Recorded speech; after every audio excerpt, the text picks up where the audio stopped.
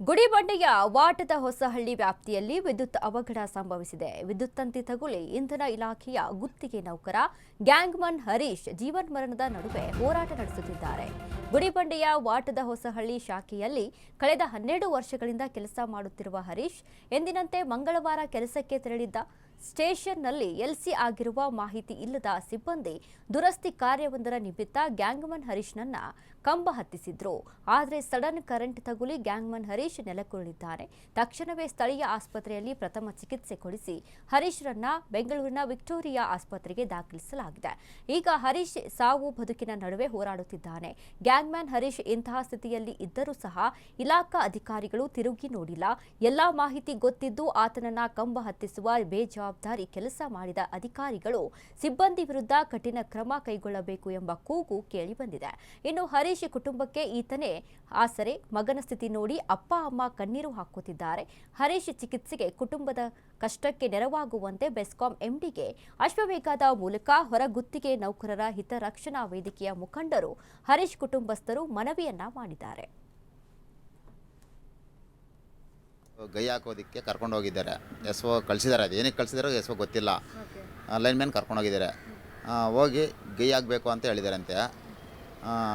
ಅದು ಗೈಯ ಕೆಳಗಡೆ ಹಾಕ್ಕೊಂಡಿದ್ದಾರೆ, ಮೇಲ್ಗಡೆ ಹತ್ತಿದ್ದಾರೆ. ಎಲ್.ಸಿ ತಗೊಂಡಿದ್ದೀನಿ, ಹತ್ತು ಅಂತ ಇವತ್ತೇ ಹೇಳ್ದಂತೆ ಲೈನ್ ಮ್ಯಾನು. ಅದೇನು ಹತ್ತಿದ್ನೋ ಅದೇನು ಎಲ್.ಸಿ ತಗೊಂಡಿದ್ರೋ ಏನೋ ಗೊತ್ತಿಲ್ಲ ನಮಗೂ. ನಾವೆಲ್ಲೋ ಬೇರೆ ಕಡೆ ಇದ್ವಿ. ಆವಾಗ ಏನು ಮಾಡಿದ್ರಂತೆ, ಹಿಂಗಾಗಿದೆಯಪ್ಪ ಅಂತ ನನಗೆ ಹಂಗೆ ಫೋನ್ ಮಾಡಿದ್ರು. ನಿಮ್ಮ ಅಳಿಯ ಬಿದ್ದೋಗಿದ್ದಾನೆ, ಬೇಗ ಅರ್ಜೆಂಟ್ ಬಾ ಗೌರವ್ನಗರ ಹಾಸ್ಪಿಟ್ಲಿಗೆ ಇದ್ವಿ ಅಂದರು. ಆವಾಗ ಅಲ್ಲಿಗೆ ಹೋದ್ನೆ. ಅಲ್ಲಿಂದ ತಿರ್ಗಿ ಹಾಸ್ಪಿಟ್ಲಿಗೆ ಬರೋಬಟ್ಟಿಗೆ ಬಂದುಬಿಟ್ಟಿದ್ರಿ ಈ ಕಡೆ ಬೆಂಗಳೂರಿಗೆ. ಅಲ್ಲಿ ಬಿದ್ದೋಗಿದ್ರೆ ಅಲ್ಲಿಂದ ಎತ್ಕೊಂಡು ರೋಡ್ಗೆ ಹೋಗಿದ್ದಾರೆ. ರೋಡಲ್ಲಿ ಹೋಗಿ ಎದೆ ಮೇಲೆ ಎಲ್ಲ ಬಡ್ದು ಜ್ಞಾನ ತಪ್ಪೋಗಿದೆ. ವೈರ್ ಕರೆಂಟ್ ಶಾಕ್ ಹೊಡಿತೈತೆ, ತಕ್ಷಣ ಅದು ಬಿದ್ದೋಗಿದೆ. ಹಿಂಗೆ ಯಾವಾಗ ಚೆಕ್ ಮಾಡೋಕ್ಕಾಗುತ್ತೋ ಆವಾಗ ಅದು ಹೊಡೆದ್ಬಿಡುತ್ತೆ. ಕೆಳಕ್ಕೆ ಅಲ್ಲಿಂದ ಬಿದ್ದೋಗಿದ್ದಾನೆ. 9 ಮೀಟ್ರ್ ಫಾಲ್ ಅದು. ಅಲ್ಲಿಂದ ಅಂದರೆ ಪಕ್ಕದಲ್ಲಿ ಮುಲ್ಕಂಬಿ ಇದೆ.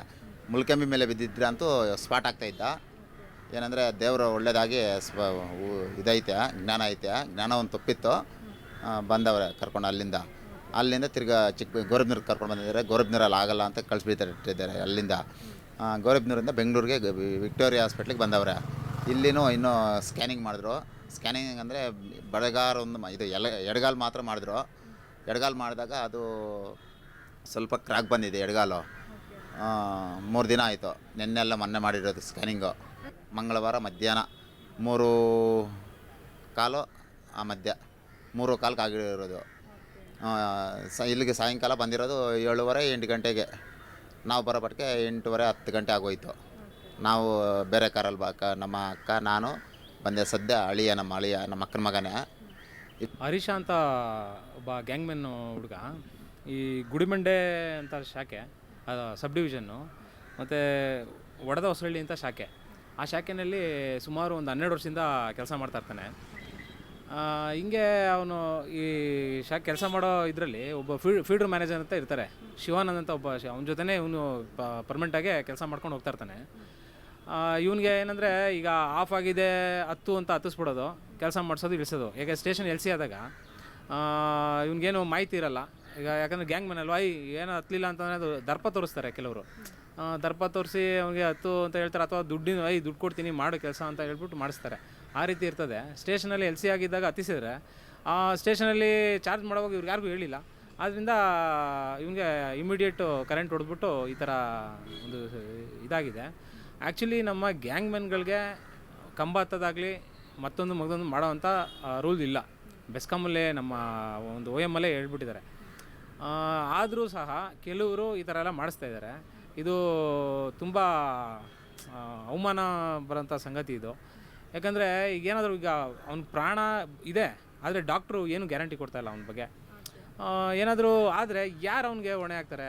ಈಗ ಒಬ್ಬನೇ ಮಗ, ಅವ್ರ ಅಪ್ಪ ಅಮ್ಮಗೆ ಒಬ್ಬನೇ ಮಗ, ಮುಂದೆ ಅವರ ವಂಶ ಹೆಂಗೆ ಬೆಳೆದುತ್ತೆ? ಯಾವ ಥರ ಇರ್ತಾರೆ? ಹೀಗೆ ಈಗ ಪ್ರತಿಯೊಬ್ಬರು ನಮ್ಮ ಬೆಂಗಳೂರಲ್ಲಿ ಗ್ಯಾಂಗ್ಮನ್ ಇದ್ದಾರೆ, ಇಡೀ ನಮ್ಮ ಕರ್ನಾಟಕ ಪೂರ್ತಿ ಗ್ಯಾಂಗ್ಮನ್ ಇದ್ದಾರೆ. ದಯವಿಟ್ಟು ಗ್ಯಾಂಗ್ಮನ್ಗಳಿಗೆ ಕೈ ಮುಗಿದು ಕೇಳ್ಕೊತೀನಿ, ದಯವಿಟ್ಟು ಜವಾಬ್ದಾರಿಯಿಂದ ಕೆಲಸ ಮಾಡ್ಕೊಳ್ಳಿ. ಏನಾದರೂ ಒಂದು ಸೇಫ್ಟಿ ಪ್ರಿಕಾಷನ್ಸ್ ಇದ್ದರೆ ದಯವಿಟ್ಟು ಅದನ್ನು ಮಾಡಿಬಿಟ್ಟು ನೀವು ಕೆಲಸ ಮಾಡ್ಕೊಂಡು ಹೋಗಿ ಅಂತ ಹೇಳ್ತೀನಿ.